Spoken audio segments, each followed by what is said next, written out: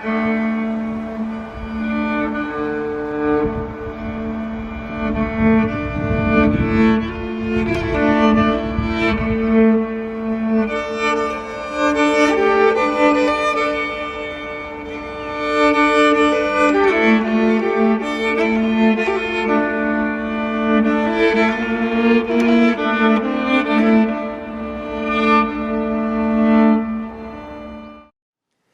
again and welcome.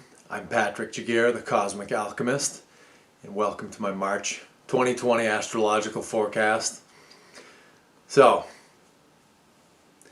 March is going to be a doozy. We're going further into this whole transformation of the world that's taken place in 2020 and 2021 and even beyond, really, through the decade. So, it's like I said last month in February, the fear factor is a big deal this month. The fear factor is right up front. And the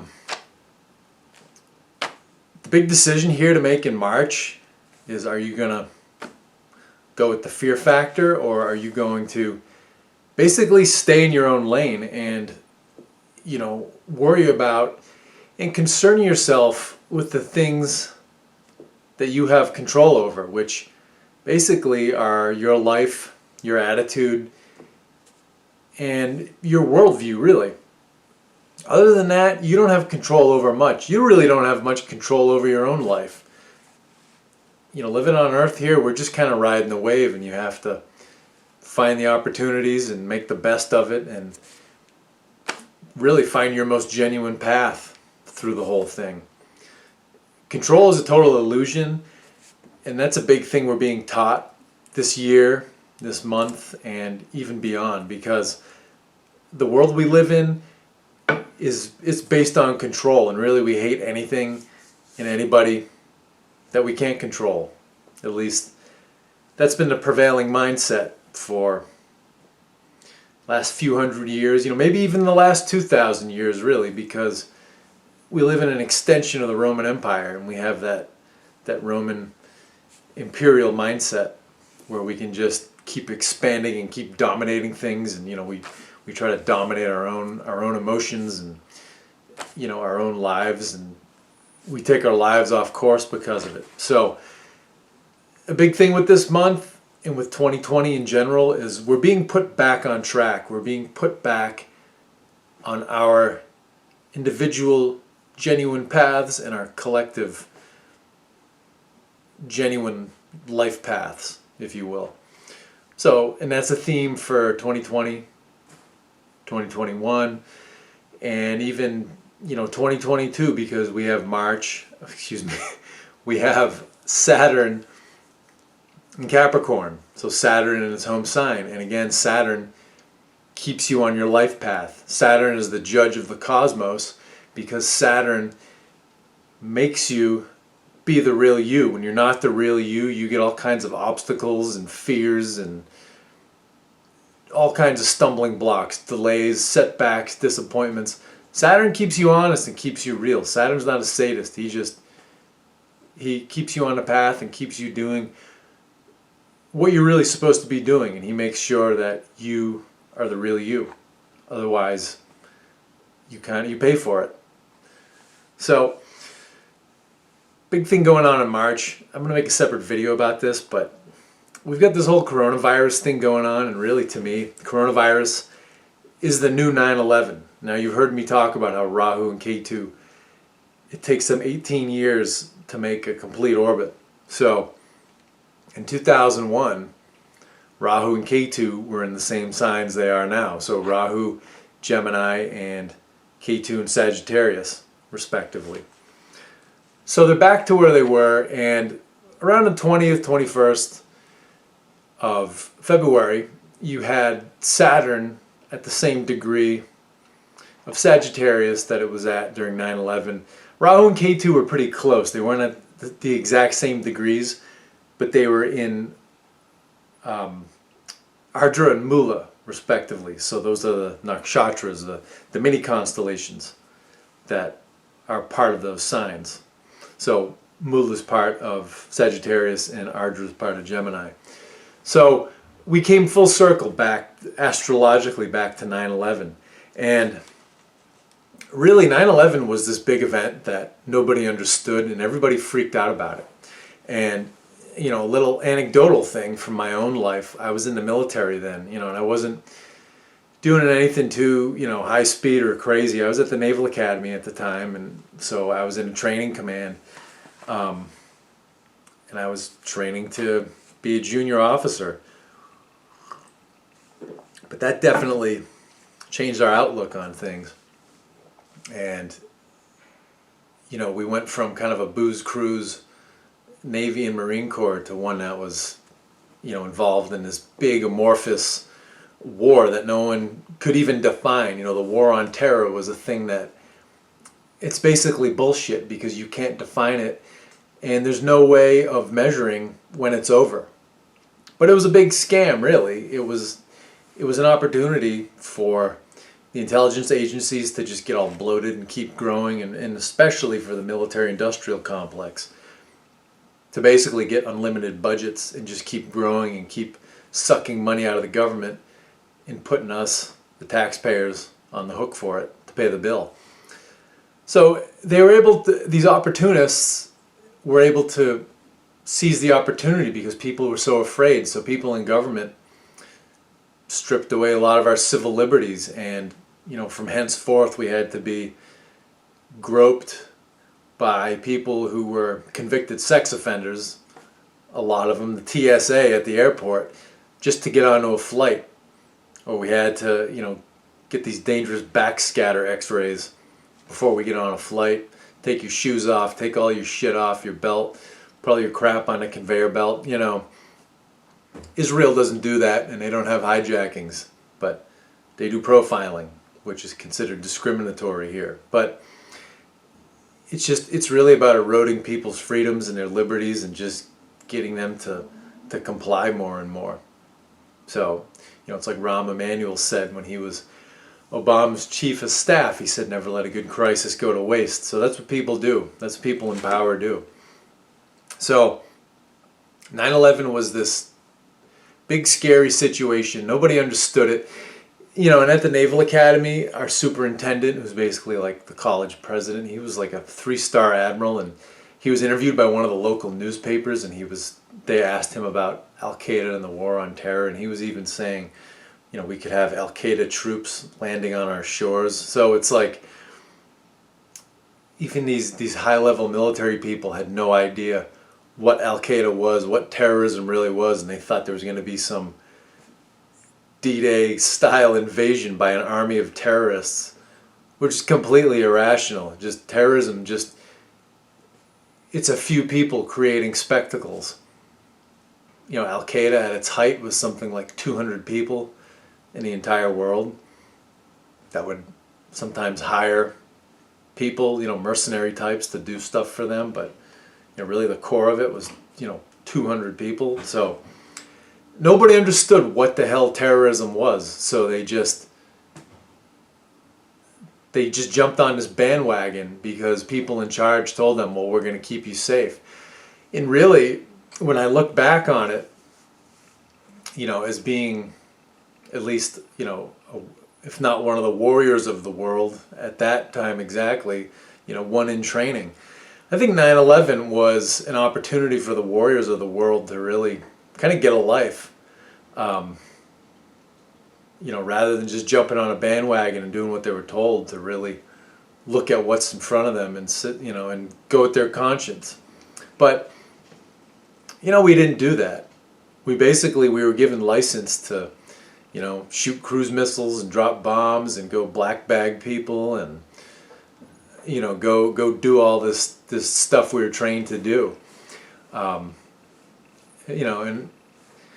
what happens in mob mentalities, and mob mentalities run through the military too, is people kind of get into sort of a carnival atmosphere about it sometimes. So with that said, the world needs warriors and the world needs militaries for the foreseeable future, but warriors need to think for themselves, and that's a definite problem. Warriors can be very literal, can be very literal minded, and they don't read between the lines. and there's a consequence for this. And 20 years later, we're still kind of in this war on terror with nothing to show for it. Trillions of dollars down the drain. People have been maimed and killed and hurt and messed up in the head. And Iraq has basically fallen back into the hands of people we were trying to keep the country out of, and Afghanistan has basically gone back to the Taliban. So all we really have to show for it is SEAL Team 6 killed an Osama bin Laden body double over in Pakistan, and most of the guys in that raid are no longer with us. Very strangely, within weeks they died. Surprise, surprise. But anyway, not much to show for all that fear and panic after 9/11. So we're in a new one. So nobody understands what the hell this coronavirus is. And there's no information on it because, especially in the last few weeks, we've been in a Mercury retrograde. Communication is haywire. And the whole thing, pardon the expression, is really a three-ring clusterfuck. And everybody's an expert on it. Some people are saying it's just a flu. Some people are saying it's the worst thing ever, and I see astrologers and intuitives and, people in the spiritual community telling people that, half the planet's going to die from this. And the fact is, nobody knows. And another thing this is doing, just like 9/11, is it's tapping our darkest fantasies. And, we've dreamed up all these terrible scenarios. And unconsciously, we kind of want them to happen. That was a thing we were definitely trained to do during the Cold War. I think when the Cold War ended, a lot of people felt ripped off. Even a lot of people in the military, because they wanted to have their great war just like Mummy and Daddy did against the Japanese and in Germany. So we need to examine these dark fantasies, and we need to step back from these. And like I said, stay in your lane and focus on what you have some control over, because you don't have control over the spread of some virus. And if you're getting yourself all worked up before this whole virus actually affects you in your daily life, then you're wasting time, you're wasting energy, you're wasting your life, and you're probably lowering your immune system because you're so stressed out.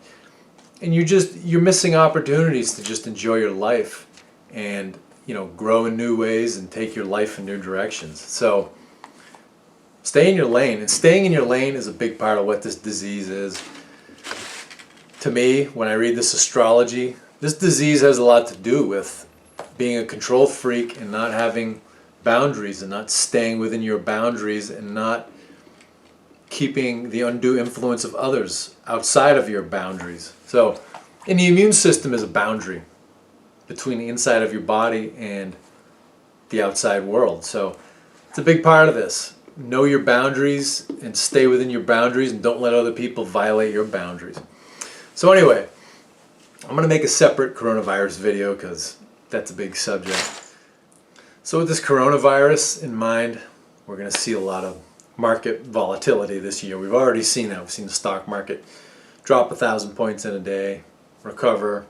It's up and down. People keep saying it's going to crash. I don't think it's going to crash till November 2020, till the end of November, till after the election. And then whoever gets elected will get blamed for it. But it's gonna be a roller coaster ride. Even like price of gold and all that stuff, it's gonna be up and down. So, but again, it's really the panic around coronavirus that's it's hurting the economy, because the supply chains hurt, and people aren't doing things they usually do. And that's probably a good thing, that people are kind of hanging back and laying low a little bit, because again, we don't know what the hell this is. But like I've said before, this is not a mega death thing, at least here in the United States. So, and then another thing for 2020, for this month and 2020, Pluto is in Capricorn. It's going to stay there till 2040. So one thing to start watching for, even in March here, is transformation of government. Pluto brings transformation. Pluto forces you to go through transformations that you were avoiding, that you were procrastinating on, or that you weren't even, things that you didn't even know about. So we're definitely going to see, disclosures here and, different revelations of things. So it's going to be an exciting month in the whole government arena. And another thing too with March, we got one of these Kalasarpa yogas going on for much of the month, and that's when all of the planets are on one side of the Rahu Ketu axis. So it points to very fated events, events that were just part of our destiny, individually and collectively. And one of the most intense conjunctions of this month here that we really want to look at is the Jupiter-Mars conjunction in Sagittarius. And those two planets will be... Odin, what are you doing? Yeah, you know exactly what you're doing. So, that's the cat, by the way. So, Mars and Jupiter, they come fully conjunct on the 20th of March. So, and what this is about, Jupiter is a magnifier. And so, whatever planet comes conjunct with it, it magnifies the qualities of it. So Jupiter is going to magnify the aggressiveness and the volatility. And since Mars is in Sagittarius, it's going to magnify the extremism and the frustration of Mars. Another thing, going back to a previous video, Mars in Sagittarius, Mars is like a warrior, and Sagittarius is like, it's Jupiter's temple.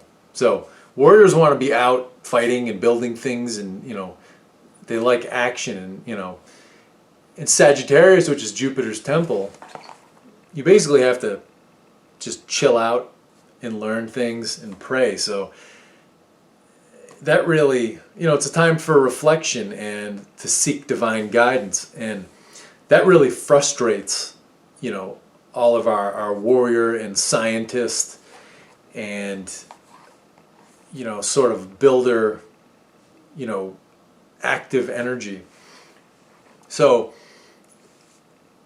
people want something done about all the problems in the world right now, and the solutions are not apparent right now, and it's difficult to act because this is not a very active sign for Mars to be in. It's one of prayer and reflection and just laying low and sort of evaluating things. So we're very frustrated and we want something done. So people have been really impulsive with Mars in Sagittarius. So when Mars conjuncts Jupiter in Sagittarius, really the extremism and the frustration is really going to kick up. So there's definitely a chance here, some opportunity, a window of opportunity for some sort of terrorism or some sort of, extremist, violence potentially. So the way to counter this is just focus on your own life and don't be an extremist. Don't be impulsive, just calm it down and remember that people who disagree with you have much more in common with you than you imagine. Another big thing is we have this election looming over us, and people again are going to their dark fantasies and they're saying, oh, if Donald Trump gets elected, it's going to be Nazi Germany. And then people are saying, oh, if a Democrat gets elected, it's going to be the Soviet Union and we're all going to the gulag if you're not a registered Democrat. That's just like 9/11. It's a bunch of irrational fear. So keep this all in mind. Now, and another big theme for March is, your own worst fear is your own fear. It's not actually any terrorism or coronavirus. Basically, we're all afraid of our own fear. It's like FDR said, there's nothing to fear but fear itself. That's really the scariest thing about times like this. So another thing I want to mention, I was just talking about Mars. On the 22nd of March, Mars is going to enter Capricorn. So as I've mentioned, Saturn is already in Capricorn. The day that Mars enters Capricorn, it's going to conjunct Pluto, because Pluto is at 0 degrees of Capricorn, and when a planet goes into a new sign, it's at 0 degrees of that sign. So Mars and Pluto conjunct in Capricorn, this is going to really ramp up, really escalate a lot of big changes and transformations, a lot of drastic action, especially on the parts of institutions and government, because Capricorn symbolizes government and, you know, just the big institutions in the world. So you're going to see, especially around this whole coronavirus thing, there's going to be a lot of new programs and different ways to combat it, and new systems and new, you know, procedures being thought up. So definitely, you know, take a look at that. And another thing with this, Mars in Capricorn, Mars is at its exaltation. So Mars is basically a celebrity here. So Mars kind of gets some superpowers. You know, it's not as quite as super as being in Aries, but Mars in Capricorn is very strong. So what you're going to see here is that this ability for people, for governments, for institutions to start getting things done, for building things, is really going to ramp up. And as Mars approaches Saturn, you know, these rebuilding efforts, especially after the, you know, the devastation of, you know, this whole coronavirus thing in, you know, places like China, Iran, even Italy that have been hit hard, you're going to see rebuilding efforts. You're going to see programs to lessen the effects of this virus really gaining traction. There's going to be some delays, you know, once on the 31st when Mars and Saturn become conjunct. Things will delay a little bit, things will get set back a little bit, but once you get to April 1st, things will be back on track. So, very positive things here. You know, it's like I said in a February video. You know, coronavirus looks horrible and people think it's the new Black Death, but there's a lot of positives surrounding the whole thing, and here's yet another one.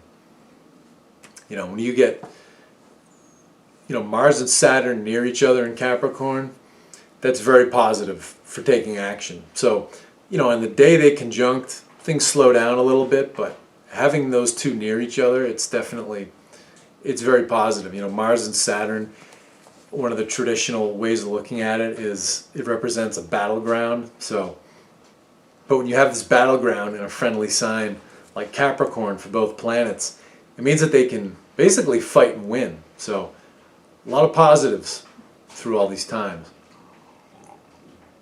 So, you know, don't totally run for the hills and, you know, basically give in to your own despair about this whole potential epidemic, because it's not all negative.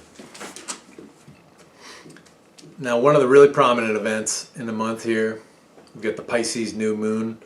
So this is the start of the Vedic New Year, and it actually closely corresponds with sort of the solar New Year in a lot of cultures. So on the 24th of March, right after the spring equinox, we're going to have this Pisces new moon. So Pisces is the last sign in the zodiac, so that's why in the Vedic tradition that Pisces new moon starts a new year. Now this is also around the time of the Passover. So the Passover that you read about in the Bible, that's all about the sun passing over the equator. You know, there's this very literal, you know, a lot of people read the Bible and they take it very literally. And they say, oh, Passover came from when the angel of death passed over the houses of the Israelites because they put lamb's blood above the, you know, what is that? Is it the lintel? The lintel of the door? You know, the doorway, the top of the doorway, whatever. Well, that's a story. That's a mythological story. What Passover really is when the sun passes over the equator, because that means summer's coming back and the crops are going to grow and things are, you know, the earth is going to warm up and you get a reprieve from winter. That's what Passover is. So that's you know, this third week, last week of March is a very special time in every tradition, because in the northern hemisphere, because the sun passes over the equator and it comes back into the north, into the northern hemisphere, into the northern sky. So that that Pisces new moon again will be 24th of March. It's about 5:30 a.m. Eastern Daylight Time, so East Coast of the U.S. So, one of the charts I looked at here was, I watched Joni Patri's video. She gets that stuff out early, and I definitely I follow her example, and I take some inspiration from that. And since I live on the East Coast of the United States, I looked at, New York City, and definitely some interesting things for New York City. One of the things going on in the chart here, in this upper right hand, is the where you have Saturn, Mars, and Pluto. It's the 12th house, and they're going to be all pretty close in the 12th house. In the sign there's Capricorn. So again, Capricorn it's the establishment, institutions, government. So Saturn, Mars, and Pluto will all be within a few degrees of each other. And Mars is at the lowest degree, it's at 1 degree, so Mars has really the kind of the controlling influence in a conjunction somewhat. So 12th house is all about hidden things, it's about hidden places, it's about things coming out of nowhere we absolutely didn't expect.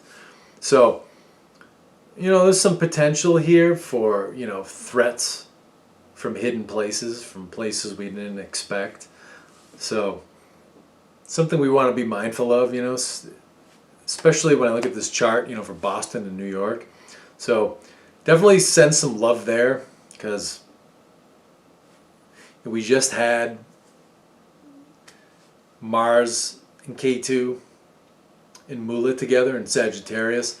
So that opens a window for violence, for extremism. So definitely some potential here on the East Coast. These, hidden places are like subways. So, Boston and New York and DC all have subways. So, send some love to those cities so we don't have to deal with, again, some terrorist event, some 9/11 event that's going to cause all kinds of trouble. So rather avoid that if we can. I'm sure we can all agree on that. Another thing this can mean too, this can mean some action by, hidden power in this world, secret government, deep state, something to that effect. Some people think the deep state's a big conspiracy theory. Deep state is just a billionaires and trillionaires club. It's like Spectre that Ian Fleming wrote about in the James Bond stories. And Ian Fleming was in British intelligence for 20 plus years. So he knew a thing or two, and one thing that he wrote in these stories was that 007 figured out that the Soviets weren't the problem. There was this Spectre, this billionaires and trillionaires club that was trying to cause a world war between the Soviets and the West so that they could make money selling weapons and lending money and doing stuff like that. So, because war is the most profitable business on earth. So, they do exist. A lot of the stuff you see on the internet it's kind of fucking crazy, and it's way overblown. It's taken out of context, but yeah, it's a real thing. So anyway,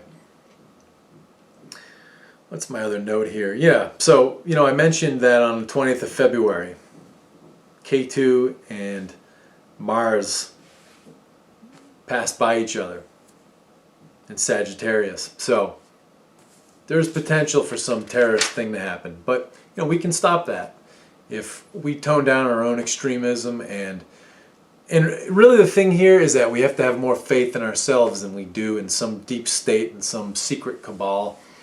Because so many people I know in the spiritual community,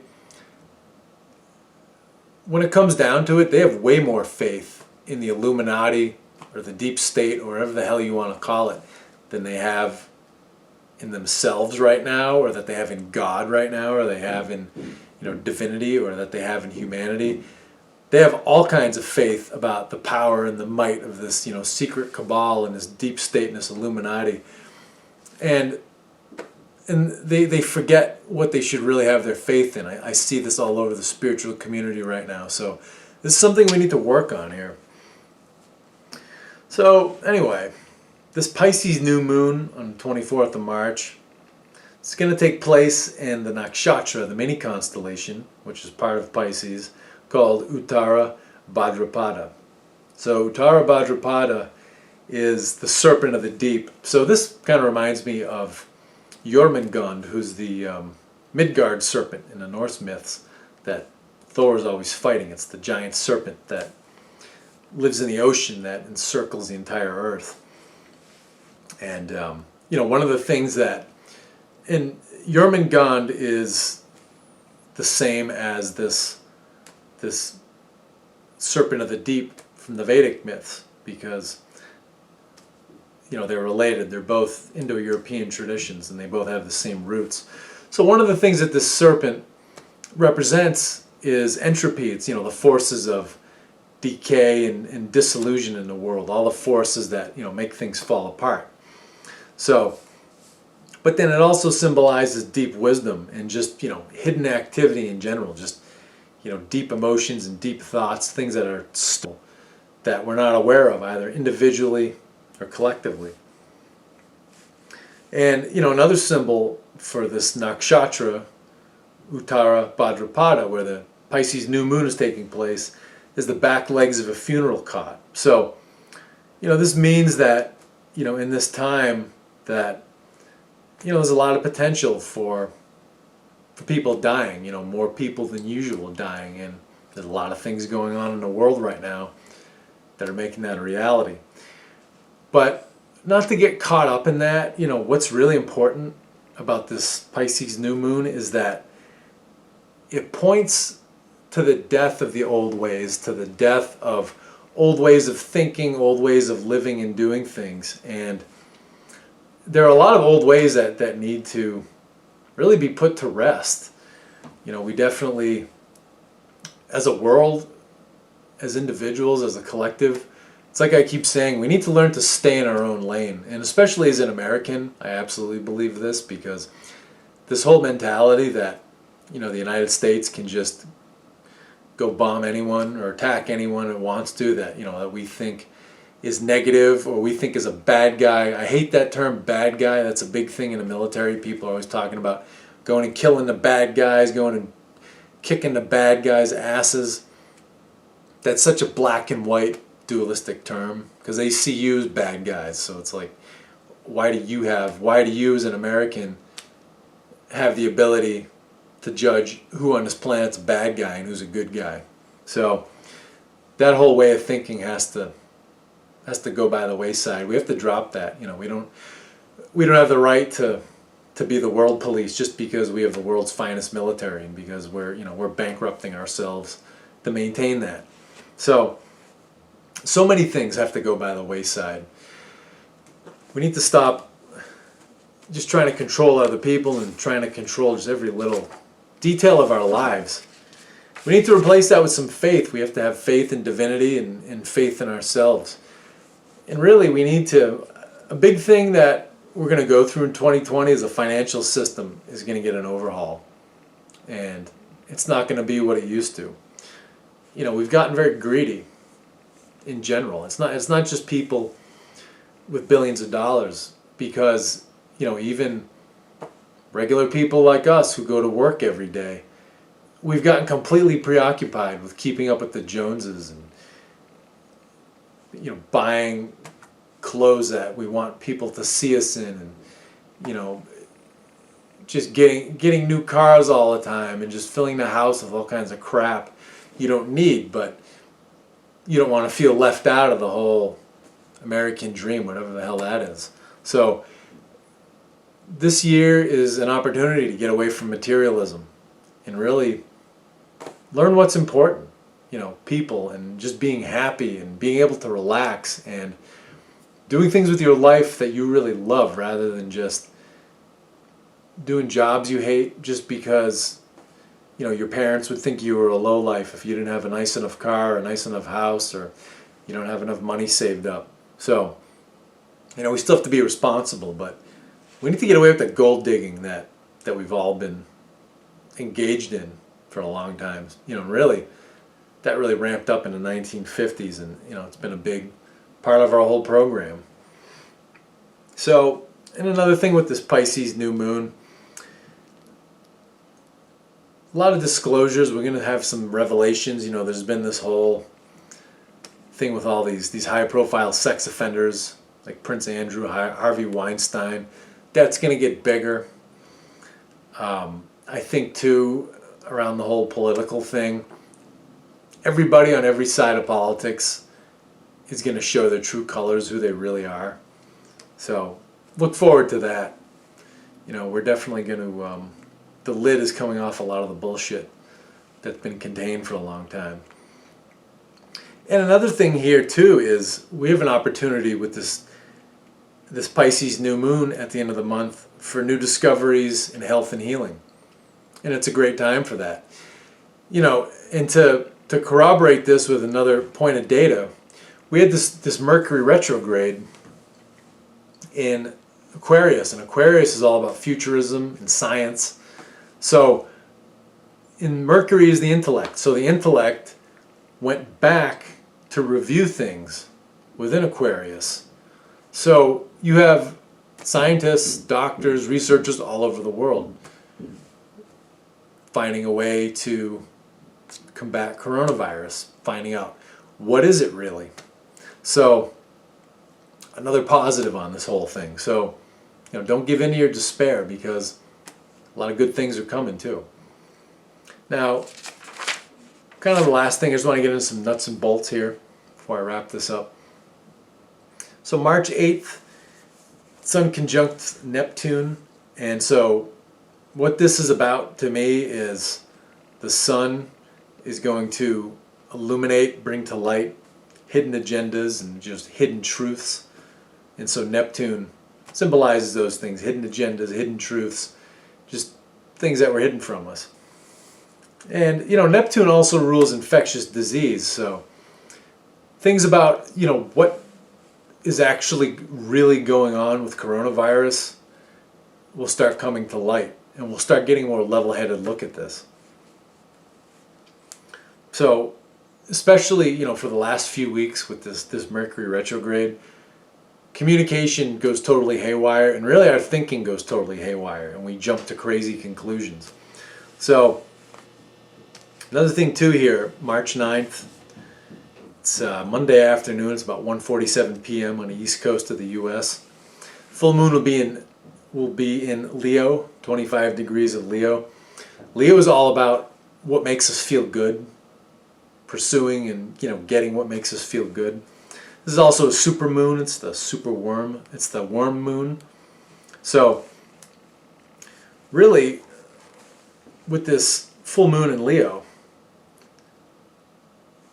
it sort of poses the question to us: are you going to focus on what makes you feel good, and, you know, getting the things in life that make you feel good? Or are you going to, you know, get stuck in all the illusions and all of the lies that are just getting kicked around in the media right now? You know, whether it's the mainstream or whether it's on YouTube, you know, where people are, you know, talking about how the end is nigh, you know, repent, the end is nigh. So what are you going to do? You know, are you going to find some things in your life that you love, that make you feel good? Are you going to find, you know, what the next evolution of your life is? Or are you going to focus on your dark fantasies and all these things that, you know, you've been hoping wouldn't happen for years? So we all have to make our own decision about that at this full moon. It's kind of a crossroads. And then March 22nd, K2 is going to conjunct the December 26th solar eclipse degree. So there was a solar eclipse at 9 degrees of Sagittarius the day after Christmas on December 26th. So this is really going to highlight kind of our sense of loss. So, you know, not just with this whole virus thing going on, but just sort of the sense of loss in our lives in general. You know, we've all had disappointments in life, and we've all had things that we wished had come out, that had turned out a different way. So these are things that are going to come to our minds. You know, we're going to think about things that we wish could have been a different way, that didn't turn out that way. So it's a great time to just to let go of those disappointments and just take the lesson out of the situation that you lived through and let it go. Because if you hang on to disappointments, they cause health problems. Disappointment is kind of a form of grief, and your lungs and your colon, your large intestine, really from the Chinese medicine standpoint, they process your grief, and if you hold on to these things, they can start to fester and they can bring about health problems. So it's a good time to let go of things that that disappointed you in your life, whether you were disappointed by someone else, whether you disappointed yourself, whether an opportunity didn't pan out. It's a great time to let that go, because K2 symbolizes letting go and death and just transcendence and moving on. So definitely a good time to put things to rest. So think about in your own life, what disappointments are you hanging on to? What senses of loss are sort of sticking to you that you haven't been able to get rid of, because here's the opportunity to let them go. 23rd of March, I mentioned this, Mars will conjunct Pluto, 0 degrees of Capricorn. So again, global changes in government, banking, finance, business. We're definitely going to, through this decade, see a big change in our way of life, our standard of living. We're not going to be living in a third world country, but we're going to have to get more realistic about things, because, really, the American dream gave working people the ability to have rich people problems, to worry about how we look in everyone else's eyes, and for everyone to look at their kids like they were going to be the next Rockefeller, and to get all worked up if the kids didn't want to do what they wanted them to do. So we're going to get more realistic, and we're going to get back to things that really matter. You have to have dreams and you have to strive for things, but you also have to realize what your God-given limitations are, because those limitations steer you towards your gifts and steer you towards what you're genuinely talented at and good at, rather than just wanting the things that everyone else wants because that's what you should want. So it'll be interesting times as we kind of get back to reality through this year, through this decade. And then the last big event in the month that I haven't mentioned, March 28th, Venus is entering Taurus. So Venus is going to have a retrograde in Taurus, and it's going to be there till August. So Venus gets a good long time in Taurus. And Taurus is Venus's home sign, so Venus is extremely strong here. So, Venus in Taurus, it brings wealth, it brings health, prosperity, creativity. Venus also deals with relationships, romance, deals with diplomacy. Venus is also a caregiver. So it deals with caregiving, medicine, nursing, stuff like that. So again, this whole coronavirus thing that's dominating the news, this is another point of positivity on that whole scenario. So, like I've been saying, don't give in to your despair. Have some faith in yourself and God and divinity and other people, and allow some opportunity in your life for some positivity and for things to get better out of nowhere. And anytime in this forecast where I talk about things coming out of nowhere, positive things can come out of nowhere and totally shock you. It's not just negative, crazy, violent things. So I'm going to draw the line here. This is all I've got for the day. Thanks very much for tuning in. If you want to see how these times, these current events affect you, I'd be happy to do a Vedic astrology reading with you.